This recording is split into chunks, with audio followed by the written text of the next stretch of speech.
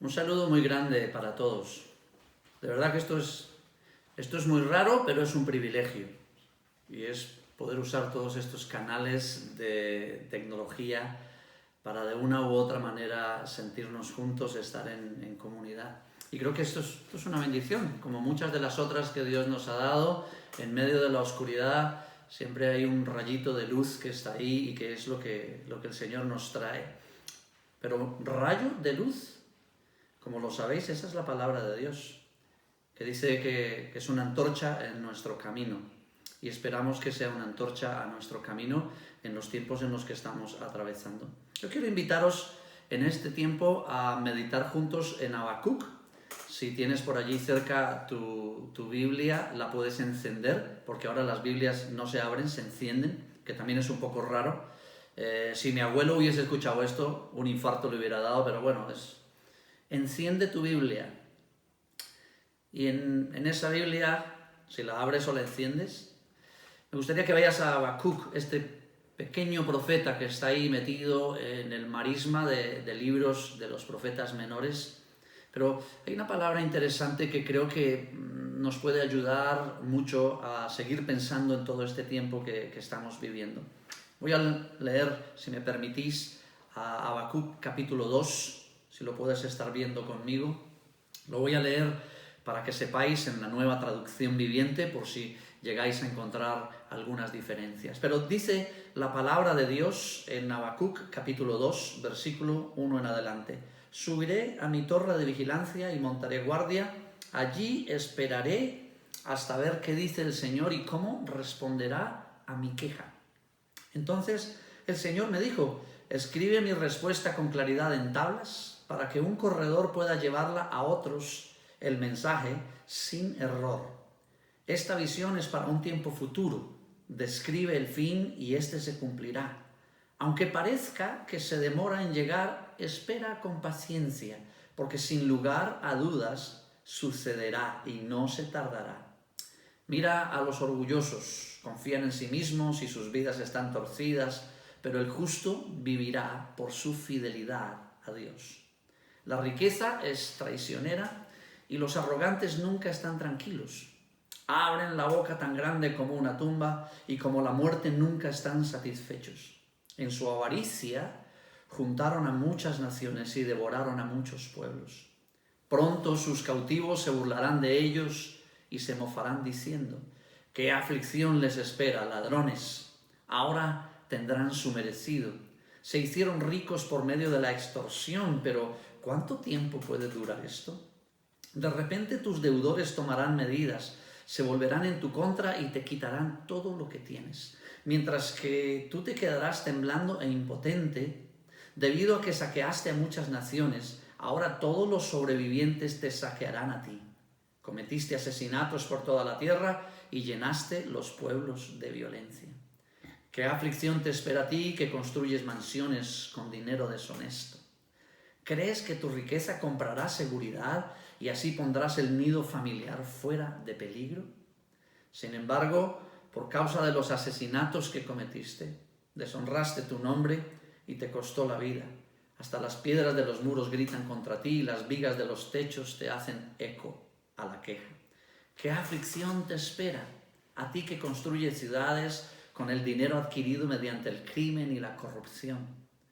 ¿No ha prometido el Señor de los ejércitos celestiales que las riquezas de las naciones se convertirán en cenizas? Se esfuerzan mucho, pero todo es vano. Así como las aguas llenan el mar, la tierra se llenará del conocimiento de la gloria del Señor. ¿Qué aflicción te espera a ti que emborrachas a tus vecinos, que los obligas a beber para regodearte de la vergüenza de su desnudez? Sin embargo, pronto te llegará el turno de ser deshonrado. Ven, bebe y demuestra tu desnudez. Bebe la copa del juicio del Señor y toda tu gloria se convertirá en vergüenza. Derribaste los bosques del Líbano, ahora serás derribado. Destruiste a los animales salvajes, ahora el terror de ellos también será el tuyo. Cometiste asesinatos por toda la tierra y llenaste los pueblos de violencia. ¿De qué sirve un ídolo tallado por hombres o una imagen fundida que te engaña? Qué necio es confiar en algo elaborado por tus propias manos. Un Dios que ni siquiera puede hablar. ¿Qué aflicción te espera a ti que le dices a los ídolos de madera, despiértanos, sálvanos? A imágenes de piedra mudas dices, levántate y enséñanos. ¿Podrá un ídolo decirte qué hacer? Aunque estén recubiertos de oro y plata por dentro, no tienen vida. Pero el Señor está en su santo templo. Que toda la tierra guarde silencio delante de Él. Interesante capítulo si lo leemos a la luz de nuestro propio tiempo. No sé, pero leo Habacuc y parece que estuviera leyendo un libro que fue escrito ayer. O parece que Habacuc tenía mucha perspectiva de lo que nosotros tendríamos que vivir hoy. Ahora, déjame ponerte un poco en contexto. En el capítulo 2, Habacuc está esperando la respuesta de Dios a una queja que él había colocado. Luego, cuando tengas el tiempo, me gustaría que leyeras el libro de Habacuc completo, por favor. Es muy corto. Pero en el capítulo 1 es toda una queja del profeta, una queja que él coloca. Entonces, en el capítulo 2, por eso el capítulo 2 de Habacuc inicia diciendo, yo voy a esperar a ver qué responde Dios a mi queja. Yo no sé si alguna vez tú has puesto una de esas hojas de reclamación que hay en las tiendas. No estoy de acuerdo por el servicio, por los precios, porque esto me parece que está mal. Tú pones una reclamación, ahí sacas una hoja. Pues eso fue lo que hizo Habacuc. En el capítulo 1 es impresionante porque él saca una hoja y comienza a hacer toda una queja. Es una declaración muy fuerte de Habacuc en el capítulo 1, porque él está diciéndole al Señor, Señor, dentro de mis quejas, yo tengo que decirte que tú no escuchas. Parece que no escucharas nada. Te decimos las cosas muchas veces. Tardas mucho en responder. A ver si arreglas un poco el tiempo de respuesta, que esto no es buen servicio al cliente. El que tú respondas tan tarde, digo. Pero tardas mucho en responder. No detienes la maldad. No ves cómo avanza deprisa la injusticia. No te das cuenta que los ricos son más ricos todos los días y los pobres más pobres. Si tú lees el capítulo 1 de Habacuc, es como si estuvieras leyendo el diario, la prensa, el periódico del día de hoy. Ahora, gracias a Dios que solo hacían profetas estos como Habacuc, que no sé, estaba un poco mal el tío. Gracias a Dios que nosotros, quejas de ese tipo, tú y yo, ¿verdad que sí? Nunca. Gracias a Dios que la iglesia en ese tiempo no se queja de la manera en cómo se quejaba Habacuc. Tú no escuchas, tú tardas mucho en responder, mira, no detienes la maldad, no ves cómo avanza la injusticia, no ves que los ricos son más ricos, el dinero está más repartido. ¿Qué está pasando aquí? Parece... No tengo que ir más lejos. Me parece estar escuchándome una mañana de estas. Me parece estar escuchando mi propio corazón. Además, es interesante que Habacuc no para ahí en su queja. Usa otra estrategia que me parece un poco tocante. Habacuc en el capítulo 1 trata de mover a Dios a misericordia, llevándolo a algo que, si lo habláramos en las palabras del día de hoy, sería la autoconciencia. Fíjate, cuidado. Habacuc está intentando que Dios haga autoconciencia. En el versículo 12, él le dice, oh Señor, mi Dios, santo mío, tú que eres eterno. Mira cómo comienza el Habacuc a orar. Oh Señor, mi Dios, santo mío, tú que eres eterno. No puede ser que estés planeando acabar con nosotros. Oh Señor, nuestra roca, tú eres nuestra roca. Tú has enviado a los babilonios para corregirnos y para castigarnos por nuestros pecados. Interesante. De verdad, a mí me parece estar escuchando a alguno de nosotros allí. La oración comienza, oh Señor, tú eres Dios todopoderoso, santo, eterno. Pero Habacuc le hace una pregunta a Dios. ¿Pero acaso estás planeando acabar con tu pueblo escogido, santo, bendito? ¿Estás de verdad pensando en eso? en enviar a los babilonios, pecadores degenerados, para que nos corrijan a nosotros, el pueblo de Israel. No puede un malo corregir a un bueno, ¿o sí? No lo entiendo. Habacuc está hablando unas cosas que yo me pongo a pensar, decir, ¿qué está diciendo Habacuc? Dejémoslo ahí para no hablar peor de Habacuc, porque me meto en un problema con Habacuc. Pero capítulo 2, que es donde quiero centrar en este tiempo, este pensamiento, es la respuesta que Dios da a Habacuc. Él dice, estoy esperando la respuesta, y el Señor le dice, aquí está mi respuesta, Habacuc. ¿Y sabes una cosa? Escríbela en tablas. Primero para que no se olvide, porque lo que está escrito está, ¿verdad? Así que escríbelo en tablas para que cualquiera que la leyere salga corriendo. Esto se puede interpretar de muchas maneras. Para que un corredor pueda llevar a otros el mensaje sin error, como bien lo dice la Nueva Traducción Viviente, pero la versión 60 dice para que el que leyere en las tablas corra. Al final no sé de qué clase de correr se está tratando, pero sí es muy interesante de pensar que el Señor le dice, colócala en tablas y escríbela para que nadie se olvide de lo que te voy a responder. Entonces, Dios enumera varias razones que lo han llevado a la determinación de permitir un tiempo de prueba y de juicio para las naciones de la tierra, incluido Israel. Pero lo que a mí más me anima es Dios omnipotente si le responde a Habacuc. Aunque yo no lo hubiera respondido. O sea, yo le hubiese dicho, Habacuc, tú sabes con quién estás hablando, con el Dios de los cielos y la tierra. Así que o te callas o te voy a soltar un sopapo que te vas a quedar allí. No, se toma el tiempo de responderle y se toma el tiempo de darle razones. Y lo que hemos leído en el capítulo 2, por favor, vuelve a leerlo cuando terminemos esta mañana. De verdad que hay una palabra muy interesante en este profeta. Dios le dice todas las razones que lo han llevado a tomar esta difícil determinación. La difícil determinación de meter a las naciones de la tierra, incluido el pueblo de Israel, en un tiempo de juicio, de prueba. Y las razones, algunas que hemos leído ya en el capítulo, él le dice, mira, las razones por las que estoy haciendo esto es orgullo y arrogancia, versículo 4 y 5, riqueza y avaricia, versículo 5, asesinatos, versículo 8, crimen y corrupción, versículo 12, borrachera y desnudez, versículo 15, exterminio y devastación de bosques y animales, versículo 17, e idolatría, versículo 18.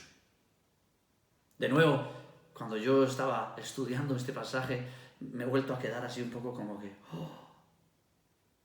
quiero que me digas algo.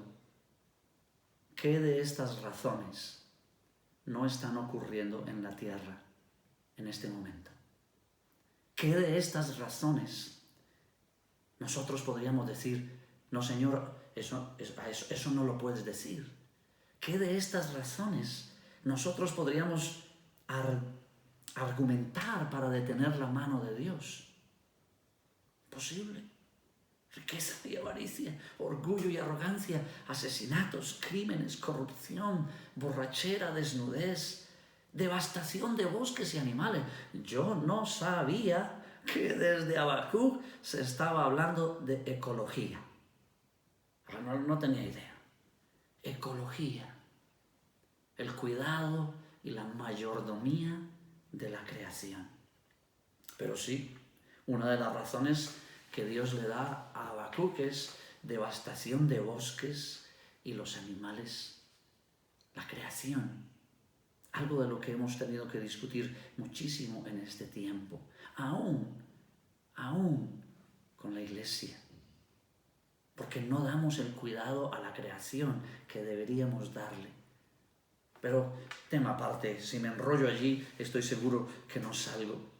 En medio de la queja del profeta y de los decretos claros de los argumentos claros que Dios le da, yo quiero dejar en tu mente y en tu corazón en este tiempo 3 pensamientos que para mí son 3 enunciados, son 3 claves hermenéuticas de Habacuc capítulo 2, 3 claves de interpretación en medio de la queja de Habacuc capítulo 1 y de la respuesta que Dios está dando en el capítulo 2. La primera clave está en el versículo 3. Esta visión, dice el versículo 3, Habacuc capítulo 2, esta visión es para un tiempo futuro. Describe el fin y este se cumplirá. Aunque parezca que se demora en llegar, espera con paciencia, porque sin lugar a dudas sucederá y no se tardará. Una de las interpretaciones de la respuesta de Dios a Habacuc está en que Habacuc pueda entender la visión, la forma de ver de Dios. No sé por qué cuando hablamos de visión, si tenemos que hacerlo desde una perspectiva bíblico-teológica, tenemos que decir que cuando se habla de visión, tenemos que pensar inmediatamente en la visión de Dios, no en la nuestra. Por eso es una visión futura, pero también es una visión presente, porque es una visión que lo abarca todo, porque es una visión que viene desde la eternidad hasta la eternidad. Cuando el ser humano habla de futuro, nosotros hablamos de un futuro adelante que no conocemos, que posiblemente no entendemos. Para nosotros futuro tiene que ver con algo desconocido que está en algún momento remoto de una línea de tiempo. Para Dios no. Para Dios visión es todo. Para Dios visión es un proceso holístico, integral. Para Dios visión es 3 componentes en uno: pasado, presente y futuro. Esto no significa que cuando Él le habla a Habacuc solo o no le esté hablando solo para el futuro eterno, para la eternidad, que es muchas veces lo que la gente siempre habla. Oh sí, escribe las tablas porque esto se cumplirá en el fin. Sí, pero todo esto tiene implicaciones para el ahora. Déjame ponerte un ejemplo. En Pablo, en Corintios, luego también si quieres puedes leer esos capítulos, pero Corintios capítulo 12, capítulo 13, capítulo 14 inclusive, se aborda y se dice que la iglesia tiene una función profética. ¿Cuál es la función profética de la iglesia? La función profética de la iglesia es porque los cristianos están... Es el concepto de que los cristianos reinan juntamente con Cristo. Si tú lees el libro de Efesios, tú te vas a encontrar que dice que nosotros estamos con Jesús en los lugares celestiales. ¿Estás tú en los lugares celestiales en este momento, digo, ahora? Sí. Sí, porque tú y yo no podemos entender la Biblia con nuestra visión. Tenemos que entender la Biblia con la visión de Dios. Entonces, cuando nosotros hablamos de futuro, sí, nosotros tenemos una línea de tiempo finita, tiene principio y fin. Dios no. ¿Qué significa que los cristianos reinan juntamente con Cristo? Pues mira, en ese ejemplo que os estoy dando, Pablo le dice algo a Timoteo en el capítulo 2, déjame leerlo, no tienes que buscarlo, capítulo 2, versículo 11 y 13, dice, esto es verdad, si morimos por Cristo, también viviremos con Él. Si soportamos los sufrimientos, compartiremos su reinado. Si decimos que no lo conocemos, también Él dirá que no nos conoce. Y aunque no seamos fieles, Cristo permanece fiel porque Él jamás rompe su promesa. Pablo, explicándole a Timoteo, su discípulo, le dice unas frases que es muy interesante porque en estos versículos se combina de una manera perfecta los verbos en pasado, los verbos en futuro. Es verdad, si morimos por Cristo, viviremos con Él. Perdón, los verbos en presente y en futuro. Si soportamos los sufrimientos, compartiremos su reinado. Si decimos que no lo conocemos, Él dirá que no nos conoce. Y aunque no seamos fieles, Él permanecerá fiel. Es una esperanza futura, pero con una tremenda importancia para el ahora, para el hoy, para la cuarentena, para la pandemia, voy a decirlo claramente. Sí, se supone que debemos vivir en el presente coherentemente con lo que esperamos tener en el futuro. Escúchalo de nuevo. Se supone que debemos vivir coherentemente en el presente con lo que esperamos que venga en el futuro. ¿Y sabes una cosa? Esto para mí no es más interesante porque esta es la verdad del Evangelio. La verdad del Evangelio es que no debemos solamente esperar el futuro eterno.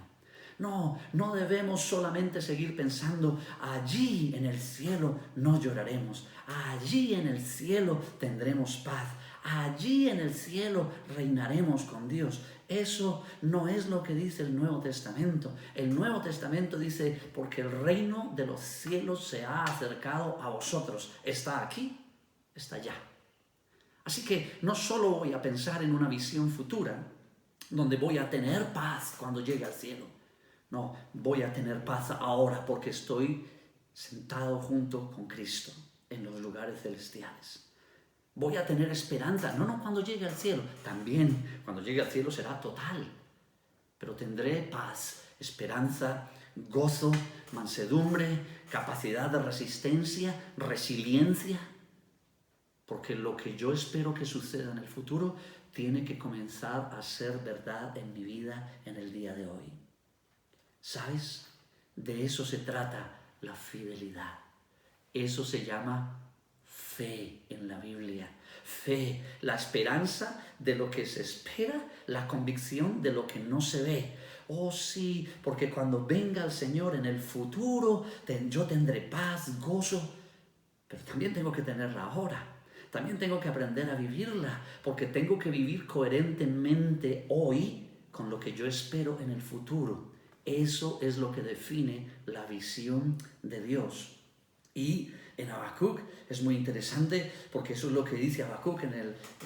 Dios le dice, mira a los orgullosos. Versículo 4, confían en sí mismos y sus vidas están torcidas, pero el justo vivirá por su fidelidad a Dios, por su fe. ¿Qué es fidelidad? Fidelidad es firmeza y constancia de los afectos, sentimientos, ideas y obligaciones y en el cumplimiento de los compromisos establecidos. Eso es fidelidad, eso es fe.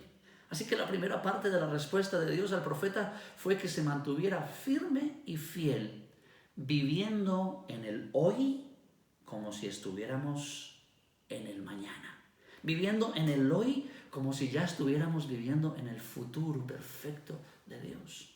Viviendo sin temor. En el cielo voy a vivir sin temor. Pero no tengo que esperarme al cielo. Estoy sentado con Cristo en los lugares celestiales. Yo puedo tener paz. No perfecta, no completa, pero puedo comenzar a experimentar la paz de Dios que sobrepasa todo entendimiento. La visión de Dios, queridos, forma parte de un plan a largo plazo. Forma parte de un plan eterno, cósmico, universal. Forma parte de un plan al cual nosotros no tenemos acceso en todo momento. No podemos entenderlo completamente. Por eso tenemos que ceñirnos a la visión de Dios. Porque su visión no es parcial, porque tú no entiendes qué pasará mañana. Yo no sé qué va a suceder cuando termine la pandemia. Yo no sé qué va a pasar con el sistema económico español, mundial. No lo sé. Pero Él lo sabe, porque su plan no es parcial. Su plan no va cada 15 días como nuestra cuarentena. Su plan es eterno y eso nos incluye a nosotros.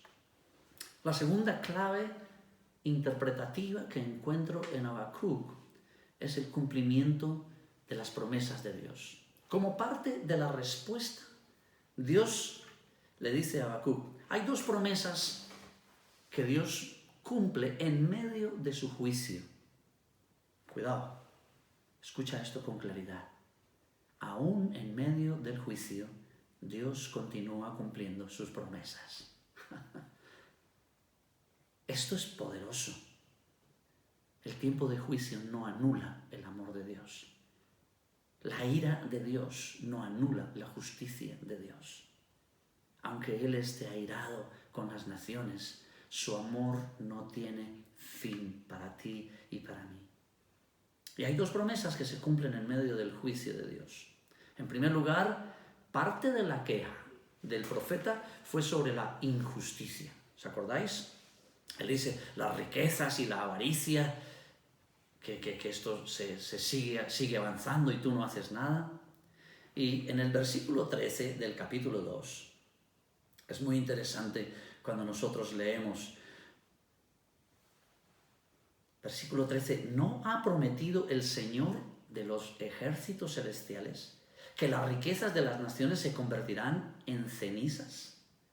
Se esfuerzan mucho, pero todo es en vano. Fue que toda la riqueza de las naciones ha sido levantada con un esfuerzo humano, pero muchas veces sin permiso divino. Esfuerzo humano sin permiso divino. Y todo esto se convertiría en cenizas. Y aquí está la demostración, de nuevo, de Dios intentando corregir el desarrollo de las naciones. Porque la Biblia dice en otros profetas, yo me he enriquecido mucho por el poder de mi fuerza. El Señor llega un momento, dice, todas las riquezas de las naciones se convertirán en ceniza y aunque se esfuercen mucho, todo será en vano. Quiero resaltar, y me es necesario resaltar, el hecho de que Dios habla de todas las naciones porque está incluyendo a Israel. Está incluyendo a su pueblo escogido. Aquí no usa, como en otras partes de la profecía hebrea, el término naciones paganas. Porque en muchas partes de los profetas mayores y menores sí que la Biblia usa naciones paganas para hacer una división entre las naciones de la tierra e Israel como pueblo escogido de Dios. Aquí no. Aquí dice todas las naciones, incluyendo Israel. Así que Israel debe entender que el mensaje también es directamente para ellos. La iglesia, tú y yo, necesitamos entender que este mensaje, el mensajito que nos están dando con esta pandemia, no es solo para los paganos. Esto nos incluye a todos nosotros. Y aquí no usa, como en otras partes, ese proceso de división con naciones paganas. En segundo lugar, se cumple la promesa de Génesis. La promesa que el Señor había hecho en Génesis de que toda la tierra sería llena de su gloria. Aquí cabe destacar que esto sucederá sin mediación alguna. Tan pronto Él termina de decir que todo es en vano, si está basado en el esfuerzo humano, luego Él dice, así como las aguas llenan el mar, la tierra se llenará del conocimiento de la gloria de Dios. ¿Sabes una cosa? Esfuerzo humano sin permiso divino. Eso es una de las demostraciones más claras para mí del tiempo que estamos viviendo. Cualquier cosa que se haya levantado con esfuerzo humano pero sin permiso divino, en este momento está en jaque. Casi jaque mate, incluyendo nuestros sistemas políticos, sociales y económicos. Sistemas que se han desarrollado en base al esfuerzo humano. Y déjame decir algo con mucho cuidado. Inclusive la iglesia. Cualquier cosa que viene de un esfuerzo humano por construir la iglesia, pero sin permiso divino, tendrá unas consecuencias muy fuertes en tiempos como estos. Todo es vano cuando tiene que ver con el esfuerzo humano. Y esto es una de las lecciones que debemos aprender en este tiempo. Nos han quitado todo de las manos, nadie puede hacer nada. No importa que tú tengas 2 helicópteros, un yate y cualquier cantidad de dinero en el banco. No los puedes usar. Tienes que quedarte en casa. Y sabes una cosa, eso es mentira. Lo que sale en los bulos del Facebook, no importa que tengas una casa que tiene 11 habitaciones, 3 salas, 2 salones, 4 piscinas. Vas a sentir lo que cualquier ser humano está sintiendo cuando le quitan todo de sus manos. Todo lo que se levanta con esfuerzo humano, pero sin permiso divino, está siendo sometido ahora a un juicio, del cual tenemos que aprender la lección, que cuando salgamos de esto no sigamos construyendo desde nuestros esfuerzos humanos, ni siquiera el reino de Dios, ni tampoco la iglesia, que lo hagamos desde una perspectiva divina de lo que Él quiere hacer. La segunda promesa es la de Génesis. La manifestación de los juicios de Dios es entonces suficiente para doblegar el orgullo de todas las naciones. Escúchalo de nuevo. La sola manifestación de los juicios de Dios es entonces suficiente para doblegar el orgullo de las naciones. ¿Qué pasa aquí? Que deja fuera todo intento humano de querer compartir la gloria de Dios. Me ha ocurrido 2 veces en mi vida que me ha dejado muy pensativo. En el año 2000, siendo parte de una gran organización misionera a nivel mundial, tuve un año bastante complicado porque fue un año de reuniones, todo el año 2000. ¿Por qué? Porque íbamos a cambiar de milenio y teníamos que prepararnos para el nuevo milenio. Hicimos reuniones todo el año con todas las plataformas internacionales para planificar los próximos 10 años de la misión. Hicimos reuniones, como os digo, sin parar, incansables nosotros trabajando para construir el reino de Dios. En el año 2001 ocurrió el difícil suceso de las Torres Gemelas de Nueva York y el mundo cambió totalmente. Y todo lo que habíamos planificado y toda la inversión de tiempo y dinero que habíamos hecho en el año 2000, no puedo decir que no valió para nada, pero el sentimiento era: volvemos a iniciar de cero. Es un poco el sentimiento que estamos teniendo el día de hoy. Esto es como un volver a empezar. Esto es como volver a cero. Esto es como que Dios nos dice: no, el esfuerzo humano aquí no vale. Solo vale lo que Dios tiene en su programa. Y la manifestación de los juicios de Dios es suficiente. 10 días antes de que iniciara este tiempo de cuarentena, también tuve muchas reuniones donde estábamos programando varias conferencias alrededor del mundo sobre la evangelización y la misión de Dios. Y estábamos pensando qué realmente es lo que tenemos que hacer para seguir predicando el Evangelio y que la gente pueda encontrarse con Jesús. Ninguna de estas reuniones será llevada a cabo, ninguna de estas conferencias va a salir a la luz. Porque ¿sabes una cosa? No hay ningún programa de evangelización, no hay ningún método, no hay ningún libro.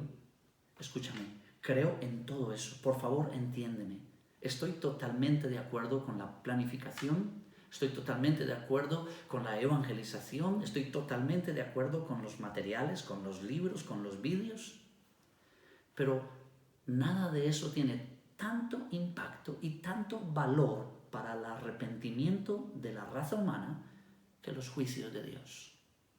Bien lo dijo Isaías en sus escritos, porque cuando hay juicios tuyos sobre la tierra, los moradores del mundo aprenden justicia.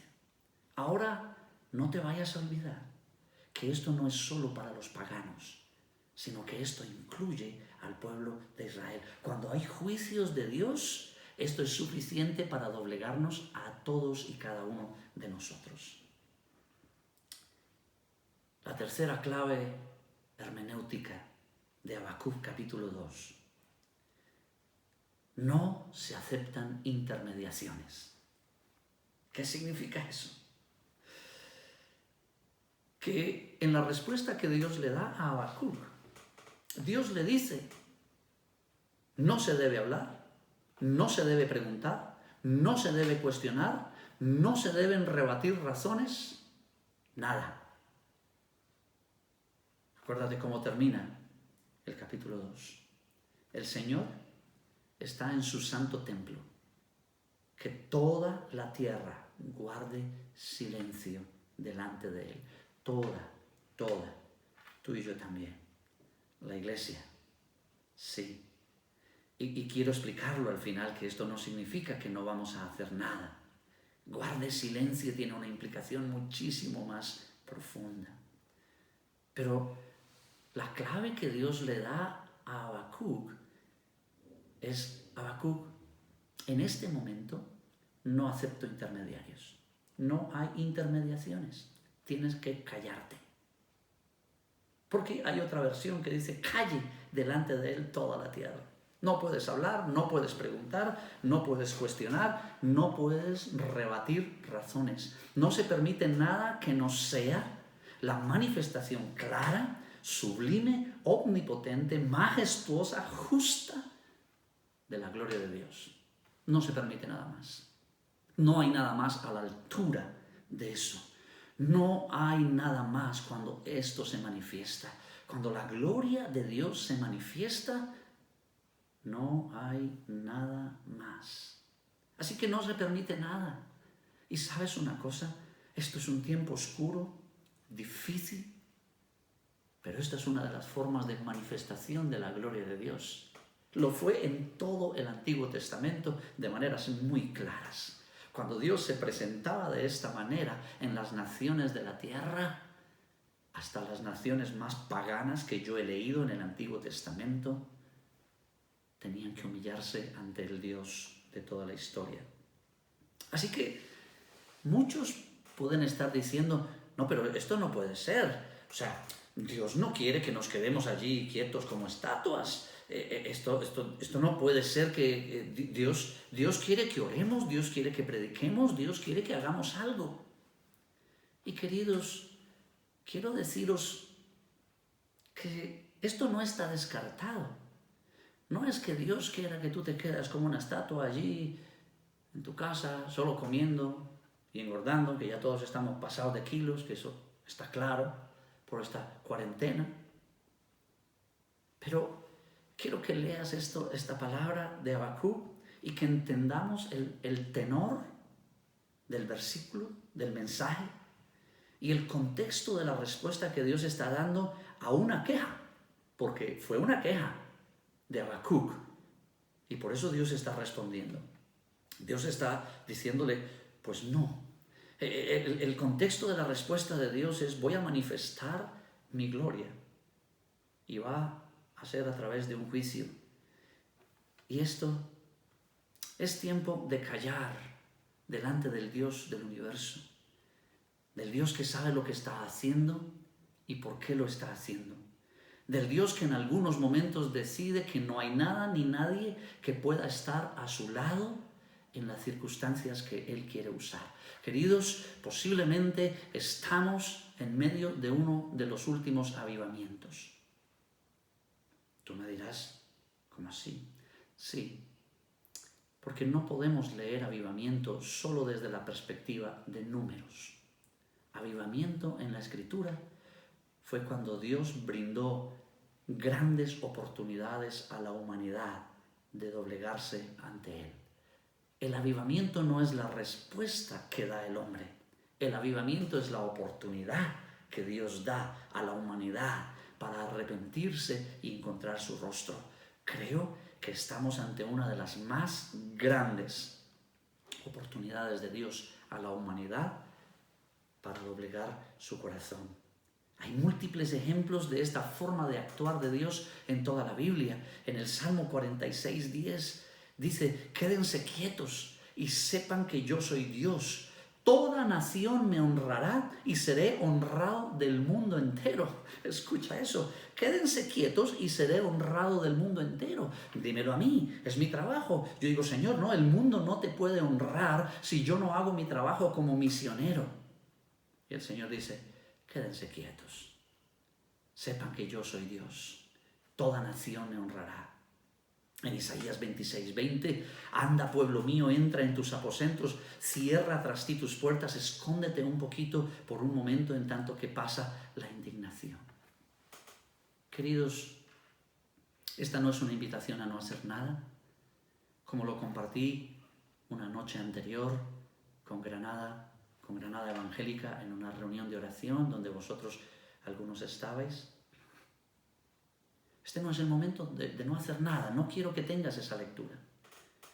Este es el momento importante de meternos en la presencia de Dios, en lo profundo, de volver al lugar íntimo, al lugar santísimo, al lugar donde tú puedes escuchar la voz de Dios, donde puedes entender la visión de Dios, no parcializada, no temporal como la mía y la tuya. Este es el momento para estar quietos y saber que Él es Dios. Este es el momento de reconocer su gloria en medio del juicio, del momento difícil. Este es el momento para entrar en los aposentos secretos. Entra en los aposentos, cierra tras ti tus puertas. Es lo mismo que Jesús les dijo como antesala a la oración del Padre Nuestro. Ve a tus aposentos y cerrada la puerta, ora a Dios que está en lo secreto. Y Dios que te escucha en lo secreto lo manifestará en público. Este es el tiempo de buscar y de entender el corazón de Dios, de saber qué es lo que Dios está planificando para las naciones y de poder entender cuál es entonces nuestra parte en ese proceso donde Dios no acepta intermediarios. En este momento, no. En este momento Él está haciendo algo que va mucho más allá de nosotros, de la iglesia. Él está haciendo algo, pero en ese algo que Él está haciendo, Él nos está invitando a que nos metamos al lugar santísimo, al lugar de su presencia, al íntimo. Queridos, lo he dicho algún par de veces, el concepto de comunidad, el concepto de iglesia como comunidad ha sido muy golpeado.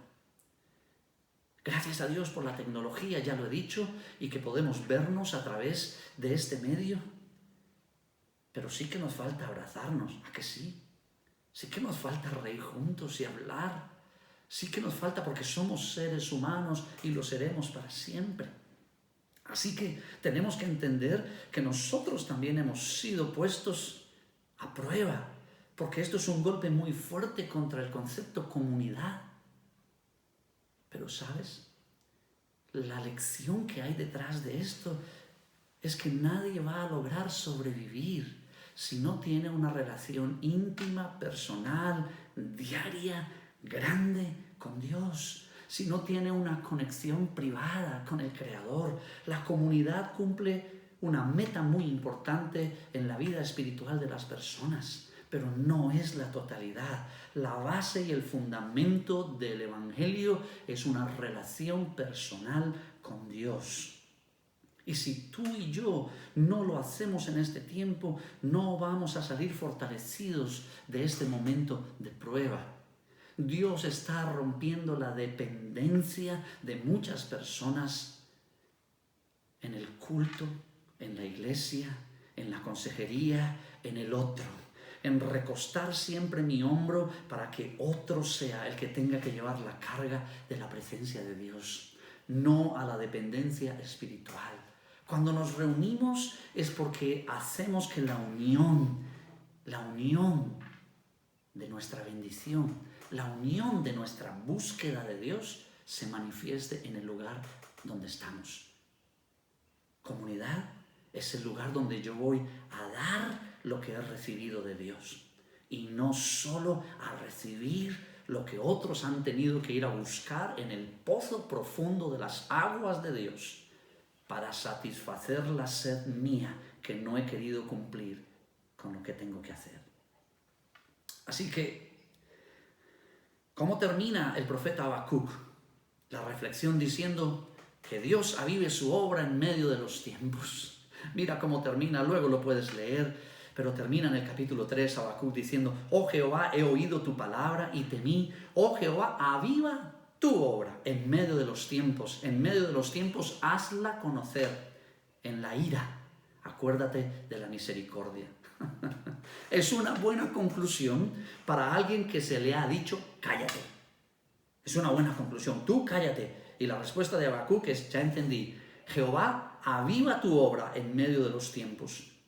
Por eso, habiendo aprendido bien esa lección, él dice en el versículo 16, esperaré en silencio el día venidero. ¿Y cómo termina Habacuc? Habacuc dice, yo esperaré en silencio el día venidero, estaré quieto en el día de la angustia y declararé. Aunque la higuera no florezca, ni en las vides haya frutos, aunque falte el producto del olivo y los labrados no den mantenimiento y las ovejas sean quitadas de la majada y no haya vaca en los corrales, vamos, esto también parece que estuviera yo leyendo el periódico de hoy.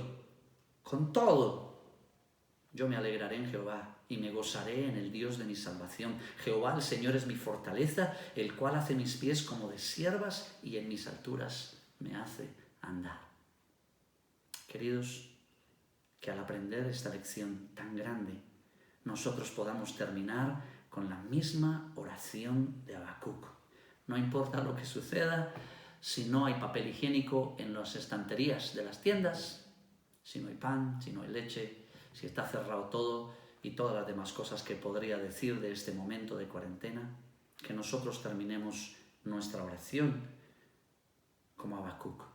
Habacuc comenzó con una queja, termina con un reconocimiento de que Dios hará su obra sobre las naciones y un reconocimiento de la confianza absoluta en Dios, el gozo absoluto en Dios, la fortaleza en Dios, el cual hace que nosotros podamos caminar en las alturas.